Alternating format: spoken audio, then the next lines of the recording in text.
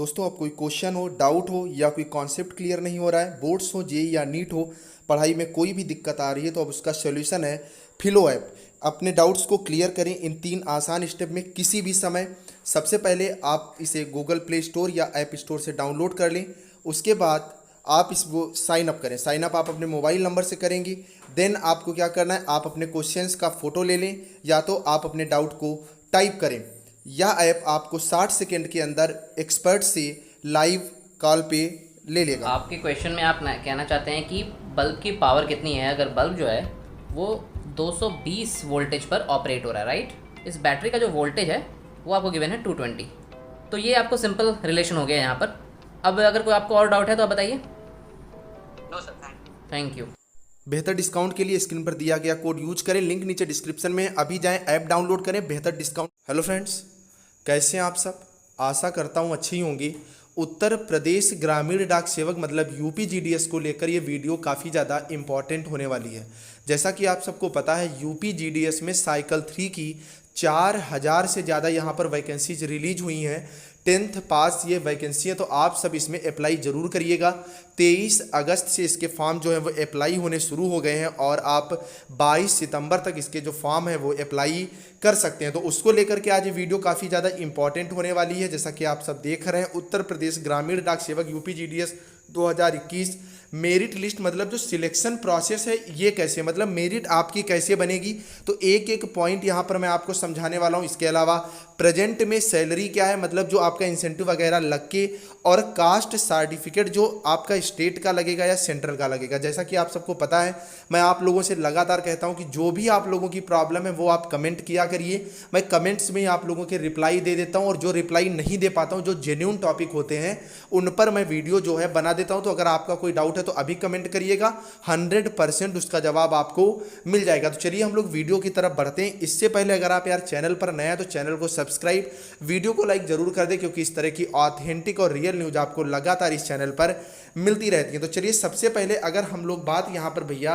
Salary की करेंगे, तो अगर बात आप यहाँ पर करोगे, जो ऑफिशियल नोटिफिकेशन है उसमें जो टाइम रिलेटेड कॉन्टिन्यूटी अलाउंस मतलब जो आपका टीआरसीए दिखाया गया है वो यहाँ पर 2 स्लैब में दिखाया गया है। पहला अगर आप बीपीएम की बात करोगे तो यहाँ पहला 4 घंटे का स्लैब है जिसमें जो सैलरी है वो 12,000 रुपये, और 5 घंटे के स्लैब में बीपीएम की सैलरी जो है वो 14,500 रुपये। वहीं अगर आप बात एबीपीएम या डाक सेवक की करोगे तो 4 घंटे के स्लैब में जो सैलरी है वो 10,000 रुपये, और 5 घंटे के स्लैब में अगर आप बात करोगे तो यहाँ पर 12,000 रुपये इन हैंड सैलरी आपकी आती है। लेकिन अगर देखिए जो वैकेंसीज रिलीज हुई हैं वो ज़्यादातर वैकेंसीज आपके 4 घंटे के स्लैब में ही रिलीज हुई है, क्योंकि जनसंख्या के आधार पर आपके पोस्ट ऑफिस होते हैं और उसी के आधार पर ज़्यादातर जो वैकेंसी है वो 4 घंटे के स्लैब में ही होती हैं। तो अगर 4 घंटे के स्लैब में आप बात करोगे बीपीएम की, तो यहाँ पर भैया बीपीएम की जो इन हैंड सैलरी है, प्रेजेंट मैं बात कर रहा हूँ, जो कि अभी पिछले वर्ष ही सिलेक्शन हुई, आप सबको पता था साइकिल 2 की जो वैकेंसीज हैं, तो उसमें जो इन हैंड सैलरी आ रही है बीपीएम की वो 13,500 रुपये आ रही है। वहीं अगर एबीपीएम और डाक सेवक की बात करोगे तो यहाँ पर सैलरी जो आपकी आ रही है वो 11,700 रुपये आ रही है टोटल। नेक्स्ट अगर आप बात करोगे 5 घंटे के स्लैब में, तो 5 घंटे के स्लैब में जो सैलरी है वो 15,800 रुपये बीपीएम की आ रही है, और एबीपीएम डाक सेवक की जो इन हैंड सैलरी है वो लगभग 13,100 रुपये के आसपास आ रही है। अब बात आती है कि एक्स्ट्रा जो अलाउंस वो कैसे, उसमें बहुत से आपके जो खर्च होते हैं उनको मिला करके, इसके अलावा साल भर के बाद आपको यहाँ पर बोनस भी मिल जाता है थोड़ा बहुत। तो आप मान के चलिए कि अगर आप जीडीएस में जॉब कर रहे हैं तो यहाँ पर जो आपकी सैलरी है वो औसतन अगर आप साल भर का औसत निकालोगे तो जो बीपीएम है, मैं 4 घंटे के स्लैब में बात कर रहा हूँ, तो उसकी सैलरी का जो औसत है वो 15,000, और एबीपीएम डाक सेवक की सैलरी का यहाँ पर 4 घंटे के स्लैब में जो औसत है वो 12,000 रुपये निकल आता है। ऑफिशियल स्लिप का जो वीडियो मैंने नीचे डिस्क्रिप्शन में दे दिया, वो आप जा करके देख सकते हैं। तो ये बात रही सैलरी की, ठीक है। सैलरी से लेके अगर कोई डाउट है तो आप लोग जरूर पूछिएगा। अब नेक्स्ट हम लोग बात कर लेते हैं भैया सिलेक्शन प्रोसेस को लेकर के। तो जैसा कि आप सब देख रहे हैं, selection will be made as per the automatic generated merit list as per the rules based on the candidate online submitted application. तो यहाँ पर जो आपका सिलेक्शन होना है तो इसके लिए आपका भैया यहाँ पर कोई भी एग्ज़ाम नहीं होना है। जब एग्ज़ाम नहीं होना है ऐसे में आपकी जो है वो मेरिट बनेगी, लेकिन मेरिट के लिए कुछ इंपॉर्टेंट पॉइंट है वो आप लोग जरूर ध्यान रखिएगा।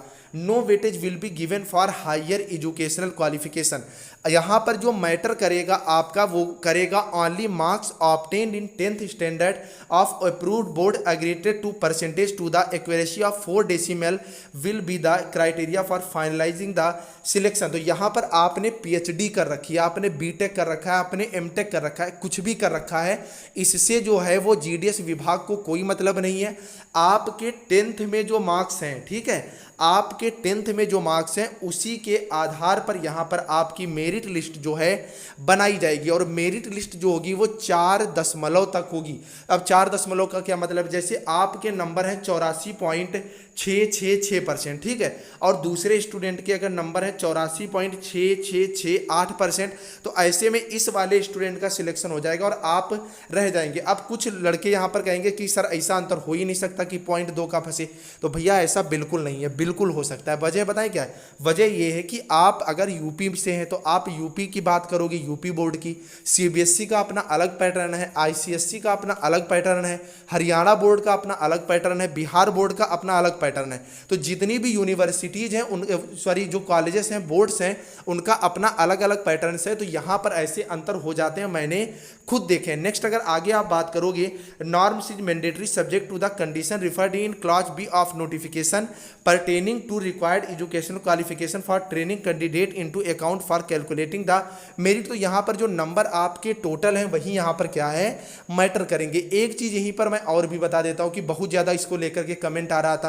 कि यहाँ पर आपके पास मैथ्स कंपलसरी है, ठीक है। अब मैथ्स आपके पास चाहे प्रारंभिक हो चाहे अंकगणित हो, ये मैटर नहीं करता। इसके अलावा इंग्लिश का नॉलेज के साथ साथ आपको हिंदी का नॉलेज होना कंपलसरी है, क्योंकि मराठा के जो महाराष्ट्र के कुछ स्टूडेंट हैं उनके मैसेज आ रहे थे कि सर क्या मराठी मान्य होगी, तो खाली मराठी नहीं, अगर आप क्यों हिंदी आती है तो आपका पूरा पूरा मान्य होगा। नेक्स्ट अगर आप बात करोगे, candidate having both marks and grade in the marks list have to apply with marks only. अगर आपके में जो है ग्रेड के साथ मार्क्स दिए गए हैं तो यहाँ पर आप मार्क्स जो है वही अप्लाई करोगे, ग्रेड मत करिएगा, वरना आपका फॉर्म सीधे जो है वो कैंसिल कर दिया जाएगा। In case any candidate apply with grades only his application Liber for disqualification. अगर आपने ग्रेड भैया भर दी तो यहाँ आपका सीधे फॉर्म जो है वो डिस्क्वालीफाई मतलब कैंसिल, रिजेक्ट कर दिया जाएगा। और बात आती है कि अगर आपको यहाँ पर ग्रेड पॉइंट मिल रहे हैं, ऐसे में क्या करना है, आपको 9.5 के मल्टीपल में क्या करना है, जो मार्क्स हैं वो चढ़ाने हैं। एक चीज़ और यहाँ पर आती है, ऐसी कंडीशन मान लीजिए आप यूआर कैटेगरी से हैं, दूसरा जो है वो ओबीसी कैटेगरी से, आपके 95% है, उसके भी 95% है, ऐसे में सिलेक्शन भैया इसका ही होगा, ठीक है, जो सॉरी यूआर का नहीं होगा, ऐसे में सिलेक्शन ओबीसी का होगा। अब मान लीजिए तीसरा लड़का एससी का है, उसके 95, तो ऐसे में ओबीसी वाले का नहीं होगा, अब किसका सिलेक्शन होगा, एससी का होगा। मतलब कास्ट को भी यहाँ पर प्रेफरेंस जो दिया गया, और वजह ये रही कि मेरिट लिस्ट जो है वो बननी है। तो आई थिंक आपको सिलेक्शन प्रोसेस, सैलरी से रिलेटेड सारे डाउट क्लियर हो गए होंगे। अगर आपको कोई और डाउट है या कोई इंपॉर्टेंट क्वेश्चन है तो वो जरूर आप पूछिएगा, मैं आगे वीडियो में आपको बता दूंगा और कमेंट पर भी आपको जवाब मिल जाएगा। लेकिन यार आप लोगों से एक रिक्वेस्ट है, इतनी इंपॉर्टेंट वीडियो आप लोगों के लेकर आता हूँ, एक एक आप लोग शेयर जरूर करिएगा, अपने व्हाट्सएप स्टेटस पे लगाइएगा, और जाते जाते चैनल को सब्सक्राइब, वीडियो को लाइक जरूर करिएगा। चलिए फ्रेंड्स, मिलते हैं नेक्स्ट अपडेट के साथ, तब तक के लिए बाय बाय।